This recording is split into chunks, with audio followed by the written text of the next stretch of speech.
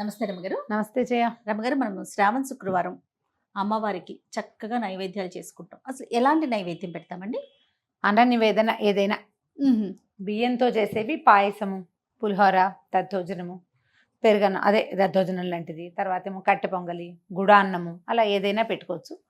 ప్రధానంగా ఏంటంటే లక్ష్మీదేవికి శనగపప్పుతో చేసిన వస్తువులు చాలా ఇష్టం అని చెప్తారు. శనగ గింజ ఆమెకు మంచిది ఇష్టం. ఇప్పుడు ఈ రోజు మనం ఏం చూపించబోతున్నాం? మనం రవ కేసరి చేద్దాము. సాధారణ రవ కేసరి ఏం చేస్తామంటే మనం నేతిలో రవ్వను వేయించి పక్కన మరుగు నీళ్ళు పెట్టుకుని ఈ మరుగు నీళ్ళు ఎత్తిపోసి రవ్వ ఉడికాక పంచదార వేస్తాం. ఇవాళ కొంచెం డిఫరెంట్గా కొత్త రుచిగా ఉండేది అదే రవ్వ అదే పంచదార అంతా అదే, తప్పకుండా చిన్న మార్పుతోటి మనం ఏం చేద్దామంటే ఏం కప్పుతో వండదలుచుకున్నామో ఒక చిన్న గ్లాస్ అనుకోండి, చిన్న గ్లాస్ రవ్వ, ఆ చిన్న గ్లాస్ రవ్వని ఒక చిన్న గ్లాసు పాలతోటి నానబెట్టండి. ఎంతసేపు నానబెట్టారండి? ఒక గంట అయింది, 30 గంట అయింది. 1 అవర్ పాలు పీల్చేసేదాకా ఇంచుమించుగా రవ్వ అంతా నానిపోయింది. ఇవి హోల్ మిల్క్ కనుక అయితే ఎక్కువ రుచిగా ఉంటుంది. దీని సింపుల్ కొలత: ఒక గ్లాస్ రవ్వ, గ్లాస్ పాలు, గ్లాసు నెయ్యి. నెయ్యి కూడా గ్లాస్ పడుతుంది, కానీ నెయ్యి అంతా బయటకు వస్తుంది. ఆ ఉన్న నేతితోటే ఇది రుచిగా ఉంటుంది. అయితే పంచదార మనం గ్లాసుకు జనరల్గా ఒక గ్లాస్ వేస్తారు, కానీ సరిపోదు, తీయగా ఉండదు, కొంచెం కమ్మగా మాత్రమే ఉంటుంది. తీపి ఉండాలంటే 1.25 నుంచి 1.5 వరకు వేసుకోవచ్చు, ఇంకేం లేదంతే. నీళ్లు 1కి 4 వేసుకోవాలి. దీనికి ఆల్రెడీ ఒక పాలు పోసాం కదా, 4 నీళ్లు పోస్తాం అన్నమాట. ఇది ఉడకాలి కదా ఇదంతా. సో మొదట ఏం చేద్దామంటే, మొట్టమొదట రవ కేసరి అనుకోగానే కప్పు రవ్వని కప్పు పాలల్లో నానబెట్టి పక్కన పెట్టండి. మీరు మిగిలిన పనులు చేసుకునే లోపల ఒక గంటలో ఇది గట్టిగా తోడినట్టు అంటే ఈ రవ్వ తడి మీద నిదానంగా పాలల్లో ఊరిపోయి మొత్తం పీల్చేస్తుంది. కొంచెం మందపాటి మూకుడు మాత్రం తీసుకోండి. మన ప్రెషర్ ప్యాన్ ఉంటుంది, కుక్కర్, అలాంటిది తీసుకుంటే మీకు అడుగు మందంగా ఉంటే మాడకుండా బాగా వస్తుంది. మరి పెద్ద స్టవ్ ఎక్కువ ఫ్లేమ్ ఉంటే పెట్టుకోవద్దు, మాడుతుంది. చిన్నదాని మీద పెట్టుకుంటే మంచిది. అందుకని ఇటు తిప్పేసాం కదా, కొద్దిగా నెయ్యి వేసి కొంచెం జీడిపప్పులు, కిస్మిస్లు, మీరు కావాలనుకుంటే బాదం పప్పులు 1 గంట నాననిచ్చి చెక్కు తీసేసి తోలు వెళ్ళటం సన్నగా చీల్చేసి అవి కూడా వేసుకోవచ్చు. మొత్తం వేసేనా రమ్మగారు? వేసేయమ్మా. జీడిపప్పులు, కాసిన కిస్మిస్లు, మీరు ఏవి కావాలంటే అవి వేసుకోవచ్చు, ఏవంటే అవి కొద్దిగా వేయించేసి. మీరు చేస్తారండి? ఎప్పుడు చేస్తారు? శ్రావణ నేను రవ కేసరి ఎక్కువ చేస్తాను జయ. నేను రవ కేసరి తరచుగా ఎప్పుడైనా 15 రోజులకు ఒకసారి స్వీట్ తినాలనిపిస్తే గబుకొని కొంచెం సేమియా పాయసం, బుజ్జిది, శుక్రవారాలు సాయంత్రం, శనివారం సాయంత్రపు నివేదన కోసం కూడా పనిచేస్తుందని. కొంచెం పూజ చేసుకున్న పూట ఉంటుంది కదా, రోజువారీ సాయంత్రాలు పెద్ద నివేదన హడావిడి ఉండదు, ఏదో పండే పెడతాము. శుక్రవారము, శనివారము, ఏమైనా పర్వదినాల్లో అలాంటప్పుడు సాయంత్రపు నివేదనకి చేస్తాను. ఈ పాలు పోస్ట్ చేసేది యాక్చువల్గా ఇది మన వైపు చేయటం తక్కువే, మనం చేయము. కాస్త ఇటు గుజరాత్ వైపు చేస్తారు. మా అక్కయ్య వల్ల నాకు ఈ ఐడియా తెలిసిందనమాట. సో నేను చేస్తే ఇది నచ్చింది చాలా, నాకు బాగా డిఫరెంట్ గా ఉంటుంది. హల్వా మనం తక్కువే చేస్తాము. కొత్త వెరైటీ చూపిస్తాను. దీంట్లో ఒక సీక్రెట్ ఇంగ్రీడియంట్ ఒకటి ఉంటుంది. ఏంటండి? వేసేటప్పుడే చెప్తా. సో జీడిపప్పును కిస్మిస్ వేయించేసుకున్నాం కదా, కొద్దిగా నెయ్యి ఉందిగా, ఆ నానబెట్టిన రవ్వ అలాగా వేసి దబుక్కని వేయకపోక కొంచెం వేసి కొద్దిగా నిదానంగా వేయి.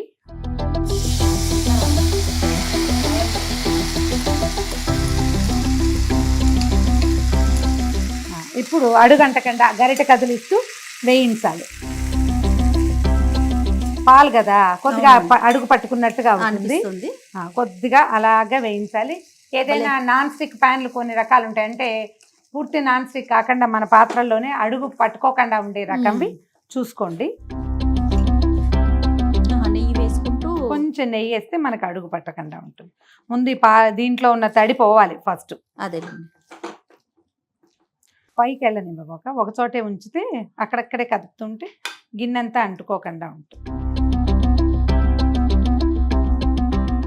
నిదానంగా వేయించండి. ఇదంతా సిమ్లో గరిట చెలాయిస్తూ దాన్ని వదిలిపెట్టకుండా ఉండాలి. మనకి కొన్ని రకాల పాత్రలు దొరుకుతున్నాయి ఇవాళ రేపు, ట్రైప్లైస్ అవి మా అడుగంటకుండా ఉంటాయి కదా, ఆ మెటీరియల్ తీసుకుంటే ఇత్తడి కూడా ఇలాంటి షేప్ లో ఇత్తడివి దొరుకుతున్నాయి. ఇప్పుడు ఖరీదు ఎక్కువ చేయ, కానీ అది కనుక కొంటే అసలు ఎన్ని పదార్థాలు ఎంత బాగా కుదురుతాయో. వంకాయలు అవి బ్రహ్మాండంగా వేయించుకోవచ్చు, చూసుకొని కొనుక్కోవాలి. నాన్ స్టిక్ మాత్రం వెళ్ళకండి. చూసావా పాలు ఎగిరినాయి, రవ్వ శుద్ధ అయింది, కొద్దిగా ఉప్మా లాగా కనపడుతుంది. అట్లాగా దీన్ని సరిచి నిదానంగా. ఈ లోపల మనం ఏం చేయాలంటే ఈ రవ్వని ఈ పొయ్యి ఎక్కిస్తున్నప్పుడే మనం ఏ కప్పుతో రవ్వ కొలత తీసుకున్నామో ఆ కప్పుతో ఒక 4 కప్పుల నీళ్ళు పెట్టుకోవాలి స్టవ్ మీద. ఓకే. పెద్ద స్టవ్ అయితే బెస్ట్. దీంట్లో ఏం చేద్దామంటే అదే కప్పు కొలతకి కప్పు బాతిక లేదా కప్పున్నర మధ్యలో పంచదార వేసేసి మనం కొంచెం చిన్న పాకం, అంటే తీగ పాకం రావక్కర్లా, కరిగిపోవాలి అంతే. రెండు ఒకేసారి టైం కలిసి వస్తుందని చేసేస్తున్నాం అంతే. ఓకే. ఒక కప్పు, తర్వాత హాఫ్ హాఫ్ అటు ఇటుగా వేసేయండి. 4 కప్పులు నీళ్లు పోసారు, కప్పున్నర పంచదార వేశారు. అంతేనా గారు అమ్మగారు? ఇప్పుడు ఇద్దరం ఉన్నాం కదా, అందుకని 2 పనులు చేస్తున్నాం అనమాట. కొంచెం కొంచెం నెయ్యి వేస్తూ ఆ రవ్వను వేయించాలి. ఇందులో ఉన్న టాక్టిస్ అంతా ఈ రవ్వ వేపడంలోనే ఉందన్నమాట. ఒకేసారి పోసేయకూడదు రవ్వ. పంచదారని కొంచెం అడుగు కదపండి. నెయ్యి ఒకేసారి పోయొద్దంట. పోయొద్దు. రవ్వ అన్నారు. ఓహో, కలుపు కలుపు. ఈ అడుగు పట్టుకున్నట్టుగా కనపడుతున్నది, అది కూడా వచ్చేస్తుంది ఇంకో నిమిషం పోయాక. పంచదార కరిగిపోనివ్వాలి. కరిగాక మనం ఇందులో ఏం చేద్దాము, కొంచెం 4-5 ఏలక్కాయలు మెత్తగా పొడి చేసి పెట్టుకోండి. ఒకవేళ ఇంట్లో ఉంటే కనుక కుంకుమ పువ్వు కొద్దిగా నలిపి ఇందులో వేసేసి దీన్ని పక్కన పెట్టుకోవటమే. చివరికి వేసుకుంటాం. ఇది కాగి ఉండాలి అంతేనమాట. అవుతుంది. ఇది ఎక్కువ పెట్టుకోకర్లేదు జయ, చిన్న గ్లాసు సరిపోతుంది మనకి. ఇంత అవుతుంది. అది నీళ్లు బోల్డ్ ఉన్నాయి చూడు, అవును, అది లూజ్గా వస్తుంది. నువ్వు తిప్పాలి అంతే దాని సంగతి. నువ్వు ఇలా టంగు ముద్దను చూసావా, ఈ ముద్ద ఎలా పలచబడింది అనిపిస్తుంది నీకు. అలా అవుతుంది. ఇందులో ఉన్న ప్రాసెస్ అంతా రెక్కసత్తు కొద్దీ తిప్పటమే అంతే. ఇప్పుడు ఏం చేస్తున్నామంటే ఇందులో మనం ఒక 2 స్పూన్లు, అంతకంటే వద్దు, ఒక గ్లాసుకి అంత గ్లాస్ అయితే 2 స్పూన్లు, చిన్న గ్లాస్ కాబట్టి 2 కూడా వద్దు, కొంచెం తగ్గిద్దాం. శనగపిండి. దీనివల్ల ఏంటంటే భలే బైండింగ్ వస్తుంది నాకు. దీన్ని ఈ రవ్వతో పాటు వేయించేద్దాం. దాని పచ్చి పోవాలి, వేగిపోతుంది. దానివల్ల ఏంటంటే ఇప్పుడు ఇది రవ్వ మామూలు రవ్వ కేసరిలాగా శుద్ధ టంగు రాదు. ఇది గింజలన్నీ ఇప్పుడు ఇందులో రవ్వ దాణా ఉంది కదా, ఒక్కొక్క కణం, అవి ఇట్లా బాగా పువ్వుల్లాగా విచ్చుకుంటే రాలిపోతుంది. అది రాలకుండా ఉండడానికి మనం ఈ శనగపిండి వేసుకుంటాం అనమాట. కొద్దిగా మీకు ఇట్లా ఈ కనపడుతుంది చూడు, ఈ మాత్రం ఏం పర్వాలే, మనం నీళ్ళు పోయంగానే ఆటోమేటిక్గా ఇది వచ్చేస్తుంది. ఇంకొద్దిగా నెయ్యి ఉంది కదా, ఈ కాస్త నెయ్యి కూడా వేసేద్దాం. నెయ్యి వేసి వేయించండి. ఇది మీరు ఎంత బాగా వేయిస్తే అది అంత బాగా రుచిగా వస్తుంది అనమాట. కప్పుకి కప్పు నిర్మోహమాటంగా వేసేయండి, దాన్ని మాత్రం మానేయద్దు. ఒకవేళ ఎంత నెయ్యి పోయలేమనుకుంటే ఒక చిన్న చీటింగ్ ఏం చేయొచ్చు అంటే హాఫ్ మీరు సన్ఫ్లవర్ ఆయిల్ వేసుకుని, రిఫైండ్ ఆయిల్ వేసుకుని మిగిలిన సగం నెయ్యి వేసుకోవచ్చు. మాతో ఎందుకు చేయించలేదు చీటింగ్ అని అడుగుతుంది ఇప్పుడు జయ. నేను అడగనండి, నేను అడుగుతుంది. వేయగలిగితే నెయ్యి బాగుంటుంది. అమ్మవారికి పెట్టేది కదా, అమ్మవారికి పెట్టేది కదా, అందుకని బుజ్జి గ్లాస్ తోటే చేసుకుందాం. స్టవ్ ఆఫ్ చేశారు? ఆపేసా. ఇందులో ఏం చేశాను, నీళ్లు ఇది పంచదార బాగా కరగనిచ్చి ఇందులో కొంచెం ఏలక పొడి వేసాను, తర్వాత ఏమో కుంకుమ పువ్వు వేసాను. ఏదైనా ఫుడ్ కలర్ వేసుకోదలుచుకుంటే చీమ తలకాయ ఎంత అంటే ఎంత కొంచెం అది వేసుకోదలుచుకుంటే అని చెప్పాను. మీరు వద్దనుకుంటే మానేయచ్చు. ఇదిగో చూడండి ఎంత లూజ్గా ఎలా వచ్చిందో చూడండి, చక్కగా వచ్చేసింది. ఇంకా వస్తుంది అప్పుడే కేసరి ఫ్లేవర్ వచ్చేసింది, వాసన వస్తుంది. దీనివల్ల కాదు వాసన వస్తుంది మనకి, కుంకుమ పువ్వు, ఏలకలు కుంకుమ పువ్వు వల్ల వాసన వస్తుంది. ఇది కొంచెం పెద్ద పని, మనకు అలవాట్లేంది, కానీ చాలా కొత్తగా రుచిగా ఉంటుంది.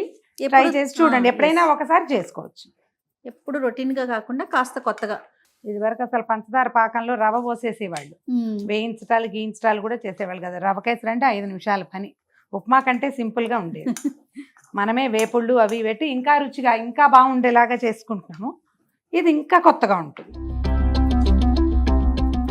వేగింది చూడు, వాసన వస్తుంది కదా. అవునండి. శనగపిండిని కొంచెం చక్కగా వేగేలాగా, లేకపోతే పచ్చివాసన వచ్చి రుచి పోతుంది. ఓకే.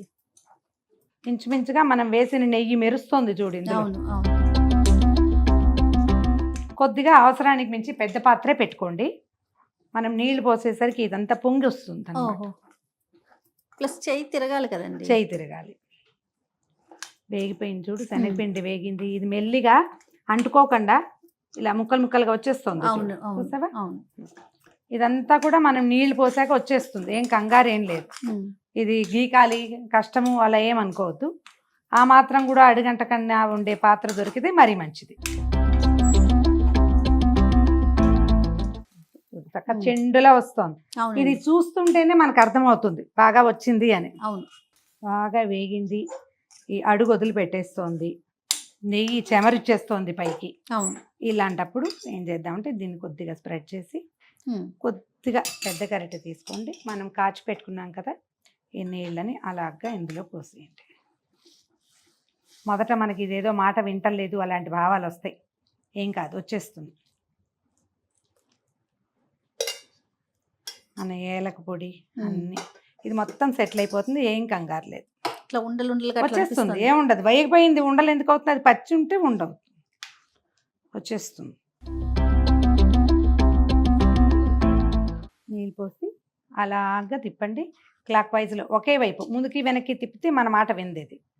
ఒకే వైపుకి తిప్పుతూ కొద్దిగా ఉండగా ఉన్నదాన్ని అట్లా గరిటెతో అలా 4 నిమిషాల్లో వచ్చేస్తుంది జయ. ఇది హైలో పెట్టద్దు, పెడితే ఇదంతా కొత్తలాడి చుట్టూతా పడిపోతుంది, నెయ్యి చెట్మంటుంది, అడుగంటిపోతుంది. సిమ్లో ఉంచండి అంతే. ఇగో మొదట నువ్వు నీ పోసినప్పుడు రవ్వ ఎట్లా ఉంది, ఇప్పుడు చూడు ఎట్లా వచ్చేసింది. బోళ్ళంత నెయ్యి వేసామా, అది అడుగంటనివ్వదు. ఈ కొత్త ఏంటంటే ఇది వస్తుంది చూడు, ఆ నెయ్యిని విడిచేసే లక్షణం అనమాట. నెయ్యి మనం కప్పు నెయ్యి పోసాం, అదంతా రావాలి బయటికి. పాలు పోయటం వల్ల దీనికి ఒక అదనపు రుచి వస్తుంది, కొంచెం కొత్తగా డిఫరెంట్గా ఉంటుంది. ఓకే, ఇక రంగు కూడా ఎందుకు వచ్చిందంటే మనం కుంకుమ పువ్వు వేసాం కదా, దాని ఈ yellowish కలర్ దాని వల్ల వచ్చింది. పసుపు రంగు కనిపిస్తుంది కొద్దిగా. దానితో శనగపిండి కూడా కాస్త వేసాం, మొలకంతా అది ఎంత వేసాం. శనగపిండి వల్ల మనకి బైండింగ్ వస్తుంది అనమాట, చక్కగా కూర్చుంటుంది. మనం ఏదైనా బౌల్లో వేసి మౌల్డ్ లాగా ఇలా పెట్టడానికి కూడా బాగుంటుంది. ఓకే, మీకు శనగపిండి సూట్ కాదంటే మానేయండి, కానీ ఇలా రాదు, టెక్స్చర్ వేరేగా ఉంటుంది. అది కొంచెం రవ్వ దూరంగా ఉంటుంది అనమాట, విడివిడిగా అయిపోయినట్టు అనిపిస్తుంది. మనం నీళ్ళు పోసాక 5-6 నిమిషాల్లో వచ్చేస్తుంది మొత్తం. ఇదిగో నెయ్యి వదలటం మొదలుపెట్టి ఇట్లా బుడగొస్తుంది చూడు. అవునవును, బుడగలు బాగా విస్తారంగా బుడగలు వస్తుంటే ఆపేసేయచ్చు. చూడు ఇప్పుడు నీకు చిక్కగా అయింది కదా. కొద్దిగా చల్లారాక మనం ఏ డిష్లో ఏ గిన్నెలో పోస్తామో ఆ గిన్నె షేపుకి చక్కగా వచ్చేస్తుంది. ఇప్పుడు కొంచెం లూజ్గా కనిపిస్తుంది. చల్లారాక మనం ప్లేట్లో ఈజీగా ఇట్లా చెంచాతోటి చక్కగా తీసుకోవచ్చు, ఇంకా సాగదన్నమాట. ఇగో జీడిపప్పులు కిస్మిస్లు వేసేసుకోండి, పైన కొద్దిగా ఉంచుకుంటే ప్రతి డిష్కి పైన ఒకటి ఇట్లా గార్నిషింగ్ కోసం పెట్టుకోవచ్చు. వేసేయటం, స్టవ్ ఆపేసేద్దాం. ఇక వచ్చేస్తుంది చూడు. ఇది ఇంకా పాత్రకు కూడా అంటుకోకుండా వస్తుంది కదా, ఆ అంటకుండా ఉండే టెక్స్చర్ కోసం చూసుకోండి అంతే. గిన్నె కంటట్లేదు, వదిలేస్తుంది గిన్నె అనిపించగానే తీసేసేయచ్చు, అయిపోయింది. మీరు ఇది కావాలనుకుంటే కనుక పైన ఏవైనా చిన్న చిన్న ఫ్రూట్ పీసులు అంటే మన పైనాపిల్ ముక్కలు అలాంటివి కూడా పైన గార్నిష్కి పెట్టుకోవచ్చు, వాసన బాగుంటుంది. ఓకే, చల్లారనివ్వాలి. ఇది మంచి చూడు సెగ వస్తుంది.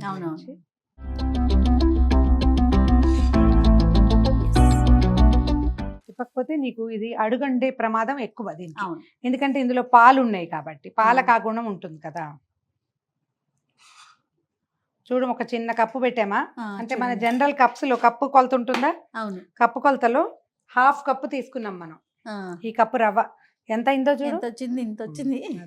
సో శ్రావణ శుక్రవారం రోజు మనం చేసుకునే రకరకాల నైవేద్యాల్లో ఈసారి ఇలా కొత్తగా కూడా ట్రై చేయొచ్చు. ఏమంటారు అమ్మగారు? ఈ రవ కేసరిలో ఈ విధానాన్ని కూడా అప్పుడప్పుడు చూడండి, అమ్మవారికి నివేదనగా పెట్టేటప్పుడు పనికొస్తుంది, ఎవరైనా గెస్ట్లు వచ్చినప్పుడు ప్రసాదంగా ఇవ్వడానికి పనికొస్తుంది. కొద్దిగా అలవాట్లో కొంచెం చిన్న తేడా అంతే.